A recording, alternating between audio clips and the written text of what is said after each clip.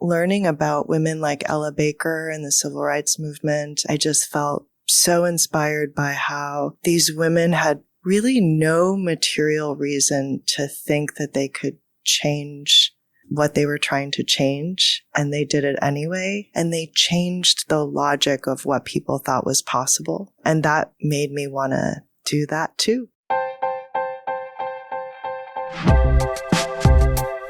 Hi, I'm Sali Christensen, the founder and CEO of Argent, a women's workwear brand. And this is Work Friends, a podcast for those who take their work, but not always themselves, seriously.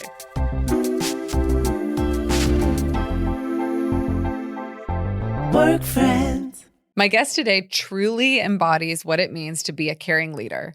Ai-jen Poo is the co-founder and president of the National Domestic Workers Alliance, an organization focused on the rights of 2.2 million domestic workers across the country, and the co-founder and director of Caring Across Generations, where she helps to improve long-term care in the U.S. Ai-jen's advocacy dates back over 25 years, during which she's worked alongside and on behalf of some of the most essential members of our community. Those who take care of children, older adults, and people with disabilities. She's a recipient of the MacArthur Genius Award and continues to push for improved access to care and better treatment of care workers at the highest levels of government. She's a fierce leader who I admire so much, and I can't wait for you to hear her story.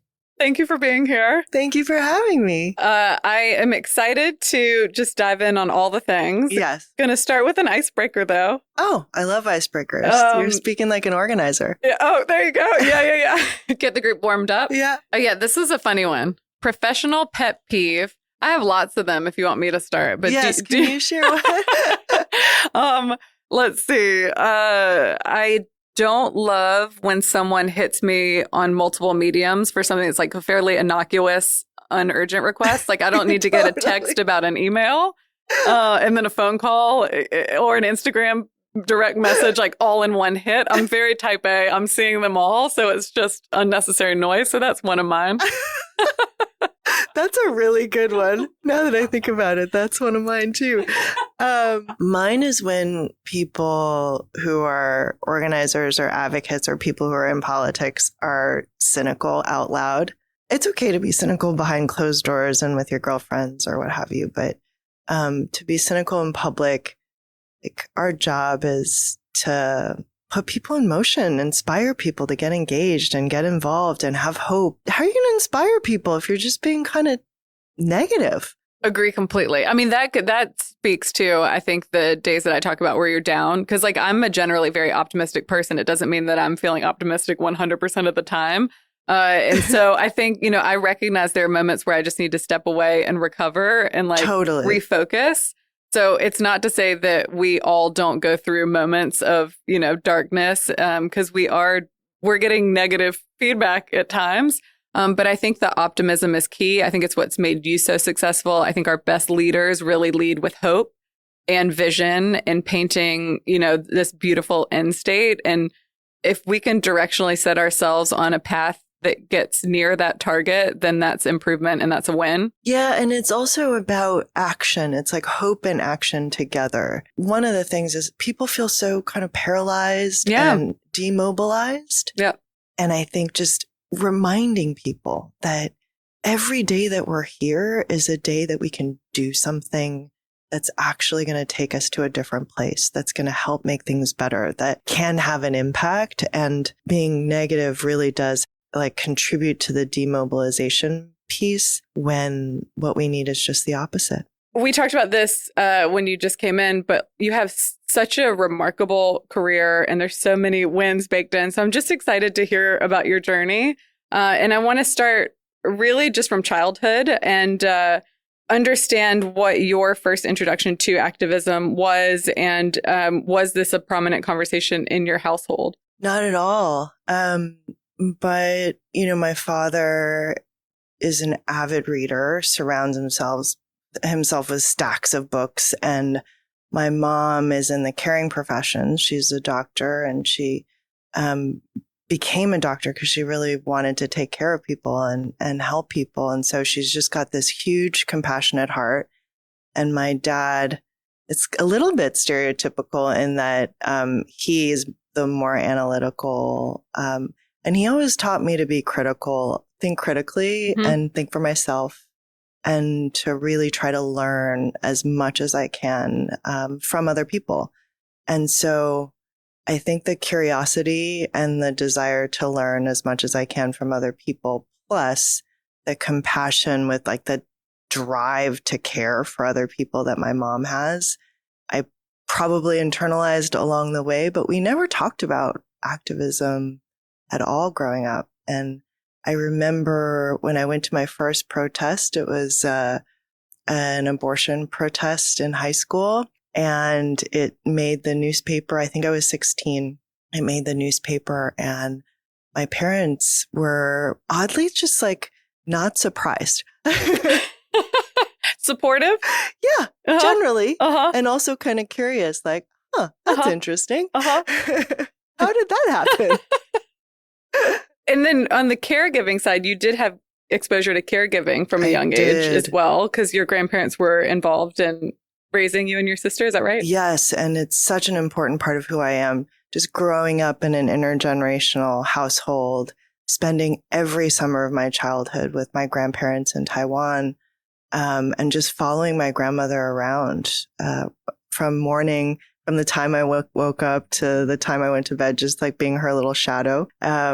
And all of my grandparents actually played a role in raising me. And it also meant that as they aged and their needs changed, I was also more tuned into that. And I think it's a big part of why I think about things intergenerationally. Like, I can't imagine who I would be if it weren't for them. And my grandmother's optimism is so core to my ability to keep doing this work too. And she was also a nurse. So in her profession, she was a caregiver too. And I would just remember every weekend in Taiwan with her in the summers, we would go from like elder house to house. And I didn't know who I was actually related to and who I wasn't, because everybody was grandma. And we would just go and visit older people in their homes all weekend and bring fruit and sit and listen to their stories. And it was some of my favorite memories. I didn't realize that you were there in your so I have a very similar background. I spent my summers in Turkey. Oh, really? And we would all, as a family, so my dad has 9 siblings. We would all gather in Kumba, which is a tiny beach town. And they had an apartment that was 4 stories. And I would travel up and down, like talking to aunts, uncles, my grandmother, my great aunts. But it was always, people were coming through that you're like, are we related? I don't know. It doesn't matter. It doesn't matter at all. It's just such a beautiful culture. And it's That's different from here. That's right. And I grew up a mile from my grandparents in the States. So I had both sets of grandparents were really integral to my upbringing. And then my mom, and this is why I have such deep appreciation for the work that you do, moved in with my grandparents when I was in high school to take care of them. Really? Yes. Oh, your mom is a caregiver. She was a caregiver for 10 plus years. She took care of my grandparents because they wanted the privacy of having someone from the family. So wow, good for her. Yeah. Yes. So with that said, in terms of getting into the line of work that you've gotten into, how did that come about? Because you said you weren't exposed to activism at a young age. Now you've made it your career, but you've also impacted the lives of so many people, and you've done it in such a remarkable way. But how does one go into that line of work to begin with? Probably so many different influences that I'm not even conscious of. But one thing is, when I moved to New York City, I knew I wanted to be a part of Asian communities here and connected to the communities here. So I just wanted to get involved because I had grown up in communities where there weren't a lot of Asians. And so always felt a little bit of an outsider. And here, I mean, it's the most diverse, incredible, vibrant city. And so I just wanted to immerse myself in the community here. And so I started volunteering at the New York Asian Women's Center, which was a domestic violence shelter for Asian immigrant women. And I think the thing that really moved me, it was the courage. It was the ability to move beyond fear that was so clear and present. The dangers were real. And here these women were breaking the silence, moving through their fear to leave abusers and rebuild their lives, take care of their children while working, doing all of the things to take care of themselves and their families and to be safe. And the courage of it, I think, was so humbling to me. And I just wanted to be around it. And so many of them were struggling with, yes, having survived violence, but also the economic pressures of not finding work that actually allows you to make ends meet. I mean, I was women working in restaurants, working in nail salons, working as domestic workers, working incredibly hard and still not able to pay the bills and take care of the kids their own kids the way that they wanted to. And that to me was also so striking. Like, how come so many people work so hard and it's still so hard? Like, they can't meet basic needs, especially women. And so I just kind of wanted to work there and do something about that. And mostly I was inspired by the women. And you've centered your activism on caregiving. Were there any pioneers ahead of you that inspired that? You speak to the community, obviously, but just the way that you've gone about that seems novel. Was there anyone that you were looking to for inspiration in other movements or in caregiving? At the time in the 90s, there was a movement of mothers whose sons had been killed by the police or were victims of racial violence. And the mothers were so powerful and so brave. And I remember just watching them. And it was at a time when the incidences of police violence in the city were so just out of control. It felt like there was a new case every week. And so just seeing mothers take center stage and really lead the movement for racial justice at that time really moved me. But also just, I think, learning about women like Ella Baker and the civil rights movement, and not women that I knew, but women that I was learning about as a young organizer. I just felt so inspired by how these women had really no material reason to think that they could change what they were trying to change. And they did it anyway. And they were so inspiring and successful, actually impactful. And they changed the logic of what people thought was possible. And that made me want to do that too. Yeah. And I think that's exactly what you have done. So it feels like you went from being on the front lines and sort of observing, understanding the community, identifying the gaps and the opportunities, but then co-founding multiple organizations, directly targeting these problems that you were uncovering. Can you speak to that as the route you took? You know, what made you take that leap, and was there fear involved there? Because that's a big, I mean, starting anything is hard, Yes. But that's a big pivot from spending time with these women on a day-to-day basis and then organizing on multiple levels. Yeah. Well, when you become an organizer, there's a little bit of a kind of, it's an interesting, almost like a Jedi mind trick or something that happens where when you're trained as an organizer, you're trained to support the leadership of other people. So it's about bringing everyday people together and finding ways of creating the context for them to be powerful together as a group. And you're supposed to be in the background, really supporting the leadership of other people and enabling the power of other people. But really, you're kind of creating the context. You're setting the stage. You're creating the moments and the opportunities, and you're leading. But when you first start, you're really thinking you're like other people are at the center of how you do the work. And so as an organizer, I just was really focused on the power of groups of women who could come together. So the women that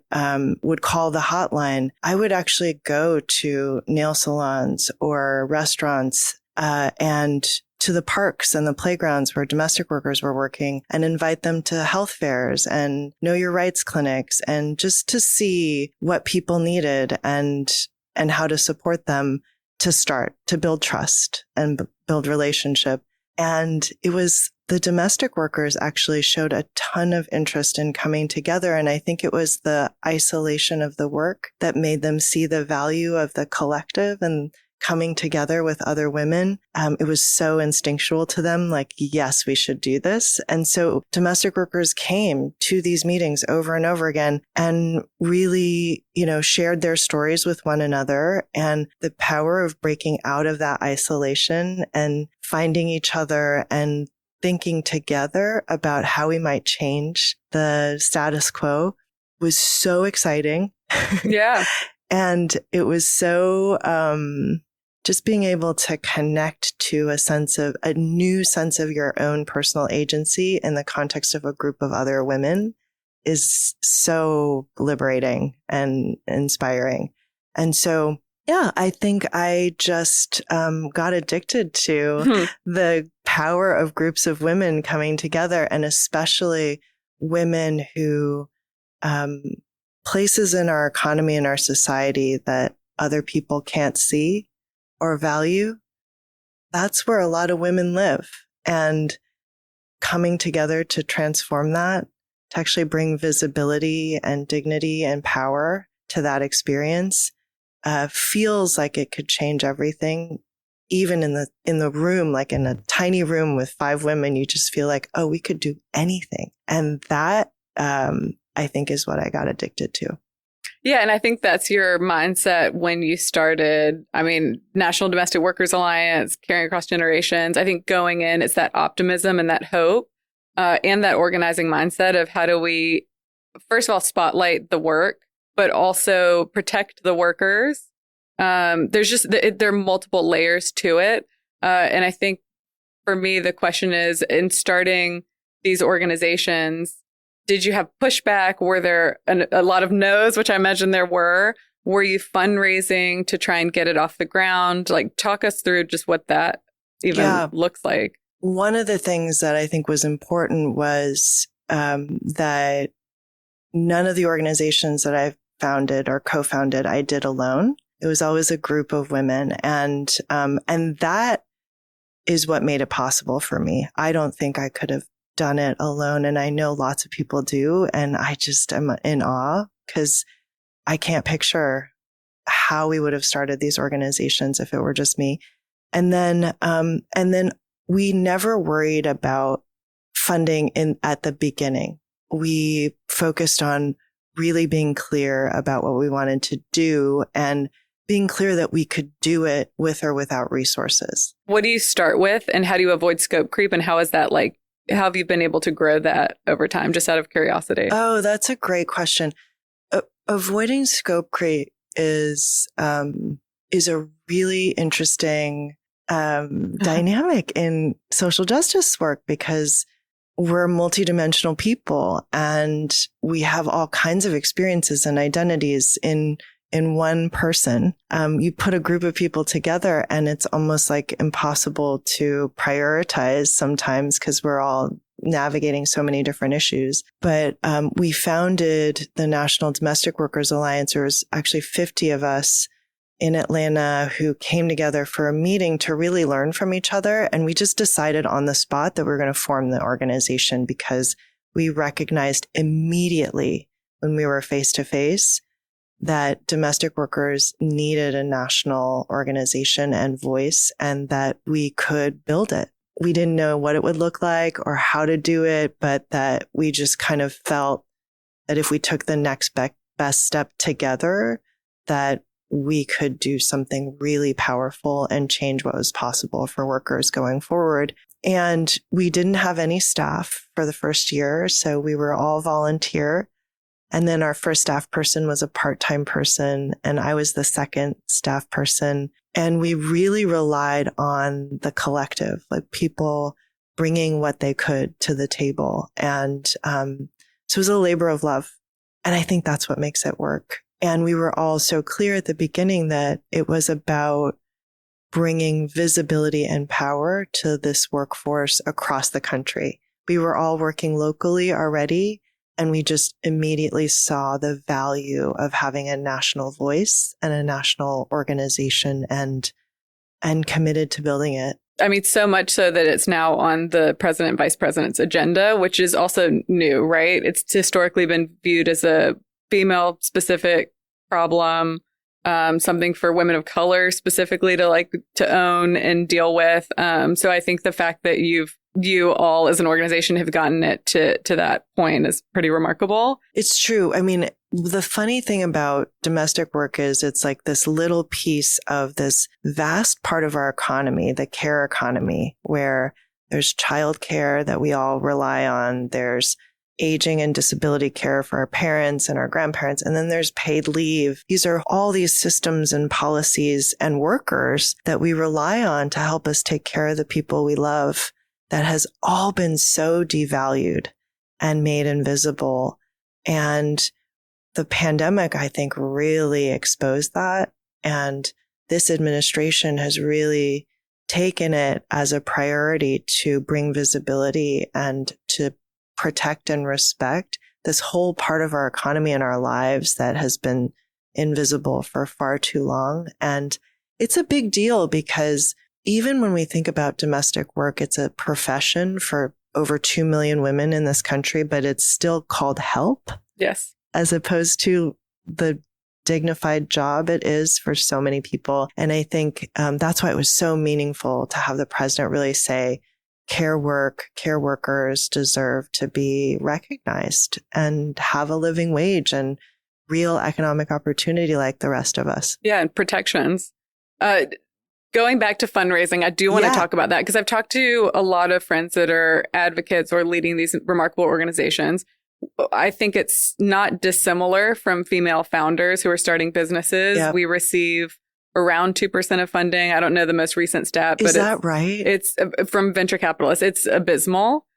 Wow, it's almost parallel to philanthropy. I only just learned this. Yeah. Yes. So I want to talk about that because money is everything. I mean, it really is so important from what I do to just build a brand and to get eyeballs and to be able to build a team, to be able to fail, to make mistakes. Women are so incredibly disadvantaged. And I don't think that really translates when you just break it down into numbers and when you don't live it day in, day out. Yep. And I've observed with a lot of my peers that are in the nonprofit world that it's not dissimilar, that a lot of the funding's going to men. To flip it and make it a more hopeful question, what has your experience been and how have you found success in it? Well, I've found that it's like anything else, which is it's so much about trust and relationship and building relationships where you can have really honest conversations, because in a kind of in the hierarchy, gender and racial hierarchy that we live in, it's like the thing that privilege buys you is room for error. And for leaders, we need that room, right? And it's not fair. Yes. Because part of learning and growing and being successful is failure. And so we have to be able to, and what trust and relationship does is it gives you, it helps to bridge the gap in the short term, to give you, to humanize the work, the leaders, the process. And so I think that's really, really important. And there's a part of it that is about the work speaks for itself. It's like really making sure that what you're doing is having the impact, and then being able to tell the story, because there's so many organizations that I know that they're doing incredible things, but nobody knows about it. And part of it is because our media environment is so noisy. It's so hard to get attention. Everybody's fighting for it.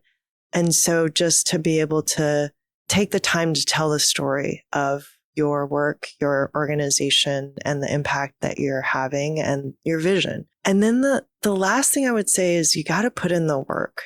Like I do at least 4 funder touches per day. It's kind of a ritual I have of like, a call or an email or a meeting at least 4 times a day. And you kind of have to just put in the work and prioritize it. And it's not really transactional. It's about really seeing that this is a part of the web of relationships that is going to make it possible for you to succeed and for you to realize your vision. Yeah, a lot in there that's very similar. I'm not doing 4 calls a day, but I do think that you quickly learn that starting something isn't what you set out to do. It's not actually about the work. I feel like 10% of my day is actually spent on what I thought it would be spent on, and 90% of it is selling. I think these I agree, it's not transactional. I've been cultivating relationships with values aligned individuals since the beginning of Argent. Yeah. And that's really what's allowed us to get to this point. And we have these relationships now built into what we're doing. So it's more self-sufficient.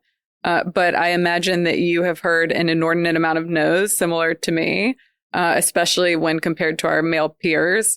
And, what gave you the strength to fight through? And I think you've already spoken to it. It's having conviction in your vision and your end goal and the passion to get it there. Yeah. It shouldn't be that way, but I think the more people that can succeed in doing what you're doing, the more dollars will follow for, other organizations focused on generally female specific problems. I think that's the other piece that makes it challenging. Mm-hmm. Caregiving is not a female specific issue, but the majority of caregivers are women. That's right.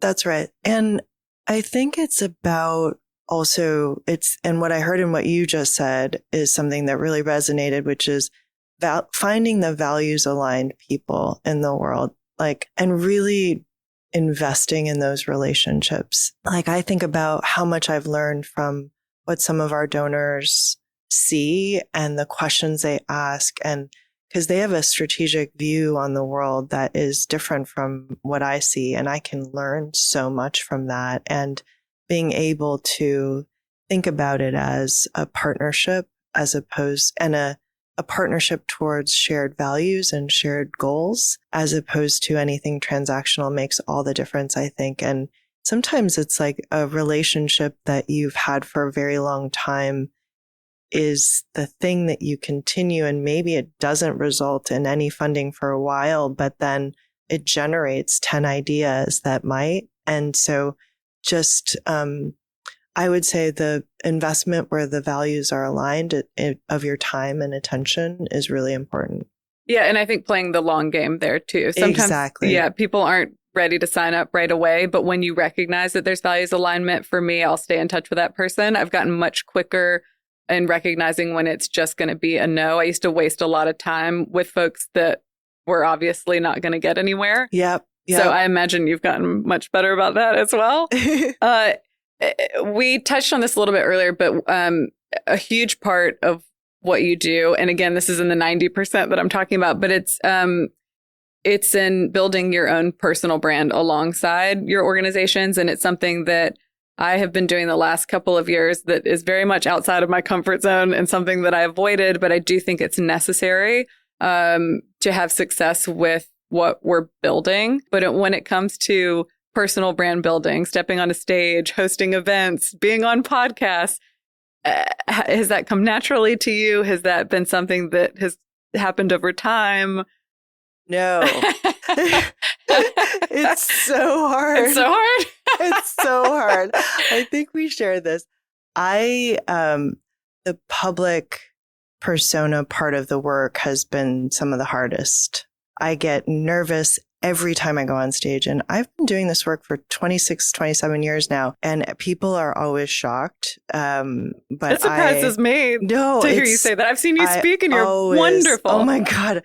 I get so nervous every time I rehearse, and I'm kind of an introvert, and really I'm an organizer, and organizers are trained to kind of be in the background, support other people's leadership. And so it's a little counterintuitive and emotionally a little dissonant for me to be putting myself out there. And the thing that I have to remember is that I'm actually a vehicle for the ideas, the vision, the goals, the campaign. And if I can reach more people in a space, I have to, that is my actual role. And sometimes I've had these moments where, I remember in 2014, the Time 100, when that happened, my first reaction was shock.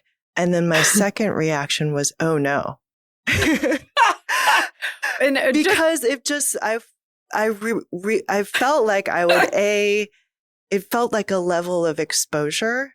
And also I was afraid of, I don't know, would people feel like I was promoting myself? Would people, I was afraid of also being judged and being, I don't know what. And also I was like, it should be a domestic worker, not me, and so I had all these internal conflicts about it. And then what I realized is this is an opportunity to talk about the Bill of Rights, talk about the organization, talk about the movement we're building around the country, talk about the issues and get in front of new audiences, build new partnerships, learn new things for our movement. And still, it's not easy. Yeah. I actually think, though, that all of that is apparent from observing you and your work. And that's why people want to see you succeed, is because it is something that you've reluctantly stepped into. But I also think it's so necessary. And I think women are sometimes a little bit more hesitant to take the spotlight. And it's what allows us to do our work and serve our end goal and maximize the chances of us succeeding, because we're representing something so much bigger than ourselves. And so I think, it is necessary for the fundraising. It's necessary to pass the bill, it's part of the job. And I think that figuring out what that looks like in an authentic way is important. But I also think just getting comfortable with speaking to our wins and being able to. Oh, yeah. This is a huge thing. We have to own our wins. Yeah. That same time, my mentor, Linda Burnham, who has been my mentor since I was 25, I called her because I was like, oh no. And she said, don't you dare shrink. Yes. Don't you dare shrink. In this moment, this is your moment in the sun. You have to stand in it. Yes. And that is such important wisdom. I have remembered that so many times over the course beautiful. Of, right? It's so, yes. And it's so accurate, because that's what I wanted to do, was shrink. Yes. And it was such the right intervention. Yeah. Yeah. Yeah. And I think that that's important for everyone to hear, because oftentimes what happens is that men are taking wins that they haven't even. Oh, and we have to celebrate everything as a win, like every step. And each other. Exactly. And each other's successes. And I mean, I'm speaking out of turn a little bit, but I imagine the women that you've worked alongside, that you're fighting for, love seeing your wins, love seeing you be celebrated for the work that you're doing, because it's directly serving them as well, right? Yeah. Like, you represent something so much bigger. So I mean, for me, I love seeing you being honored and acknowledged. I think we have this, I think this era of women's leadership is the era of celebrating each other's wins. I've talked about that. I actually think the gift that we've been given from the generation above us is that they had this mindset, scarcity mindset. Yeah. Intentionally. There's one seat that is a natural response to Correct. The kind of hierarchies that we live inside of. Correct. And I think the patriarchy was smart in setting it up such that women were focused on one seat, like duking it out. And then we've learned, and there's a lot of wisdom that's been gained now for our generation, where we've adopted a mindset of abundance. Yes.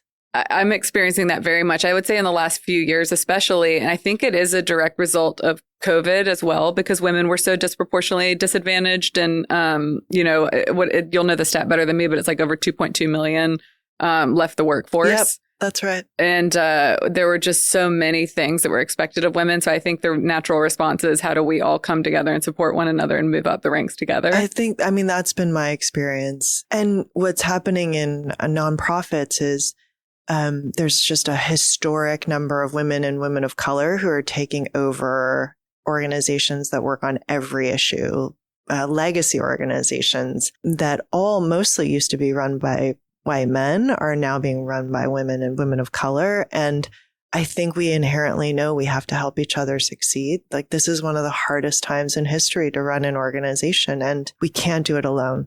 Even as the sole principal, we have to find a way to do this together. I'm curious to hear what makes it so hard right now. And I know I'd want to hear it from you. I think it's that we in this country have been through so much between COVID and a highly volatile political environment and social media. There's just like the spiritual condition of the country is one where there's just people are feeling alone, feeling isolated, feeling hopeless a lot of times, and feeling disconnected from a sense of agency. And I think that part of our role in this time is to help people reconnect to the agency that they have. And that's part of the work of leadership. And it's hard because people have been through so much. There's a lot of emotional and mental health issues and a lot of isolation. So many of us are working remotely. So many of us have huge caregiving challenges and all kinds of responsibilities. We just have to help each other find our agency and do it together. I mean, that's why I'm grateful for people like you, though, because I think that you do meet this moment with the work that you've done, with the relationships that you've built. And I think that we're looking for leadership in a lot of different places than we historically have. I think we used to look to our political leaders for what we're now looking to our business leaders to fill. So, okay, we're going to just go lighter. You might have touched on it, but what's your first job, worst job, and dream job? My first job was selling running shoes in a sporting goods store. Was that here? In New Haven. A little store called Running Start. I also worked as a nanny, but yeah, that was my first job. My worst job was working the graveyard shift at Sidewalk Cafe in the East Village. It was so tough. And yeah, I worked from 9 p.m. to 9 a.m. Oh. And yeah, it was really, really tough because it's like women on the floor, a lot of sexual harassment in the restaurant, and people would come in drunk all night long. And yeah, you just put up with a lot. I remember somebody coming in and telling me that I looked like the geisha in their dream last night. And just like that kind of stuff would happen all the time. And you would just be like, what? I'm getting paid $2 an hour for this. What am I doing right now? Yeah, restaurant work is really hard. Dream job. Dream job. Ooh, this is such a good question. Writer. Oh, yeah. That's within your reach, I feel. I do write. Fiction or nonfiction? Nonfiction. Okay. Yeah, I love to write, and I'm secretly, not so secret now, working on a new book. Yes. Oh, great. Yes. We need that. But someday I would love to do it full time. And when I was in college and after I finished school, while I was first starting out organizing, I used to take poetry writing classes at night at the Poetry Society. And so I'd love to just be able to write full time and do lots of different kinds of writing. Oh, that's great. I never got into poetry. I hate to admit that, but I do love writing and I love reading. I've just gotten back into it post kids. It took a minute. I know. Yeah, as you know, Yeah. I finally I moved all the furniture in our room so I can have a nightstand with a stack of books, and I'm in it again. Good. And last question. Who are you currently obsessed with and why?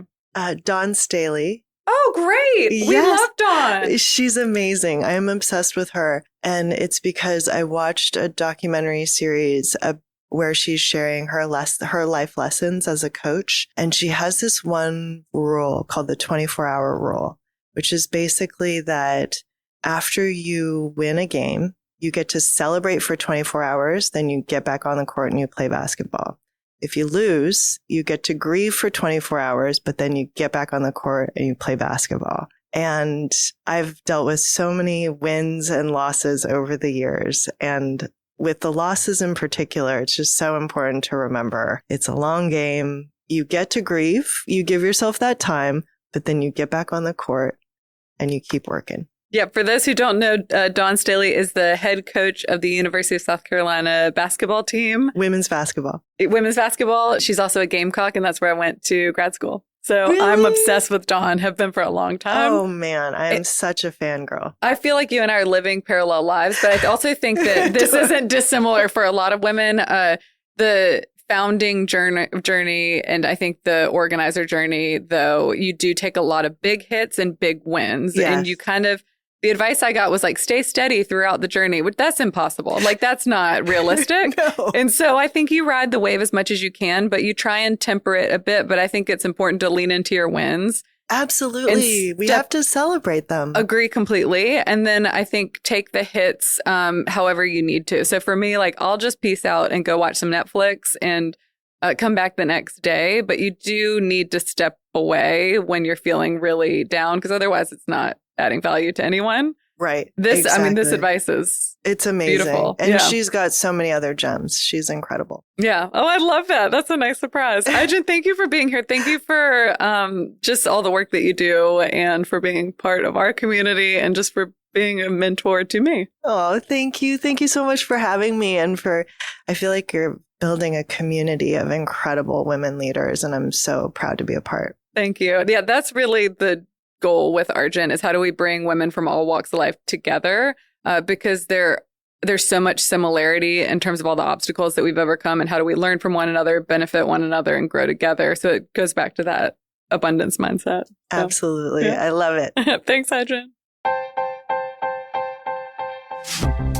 Thanks for listening to Work Friends, a podcast from Argent. Listen and follow on all podcast platforms and subscribe to the Argent YouTube channel for more clips and bonus content. Plus, email your work questions and dilemmas at workfriends@argentwork.com for a chance to have one of our amazing guests weigh in with advice. For more information on Ajin's work with the National Domestic Workers Alliance, Caring Across Generations, and Supermajority, please see the links in our show notes. I'm Sally Christensen, and we'll see you next time. Work Friends. Work Friends is produced by Gina Marinelli and Chris Allen with editing by Justin Kropp. Our theme music is by Karina De Piano and Melanie Naima.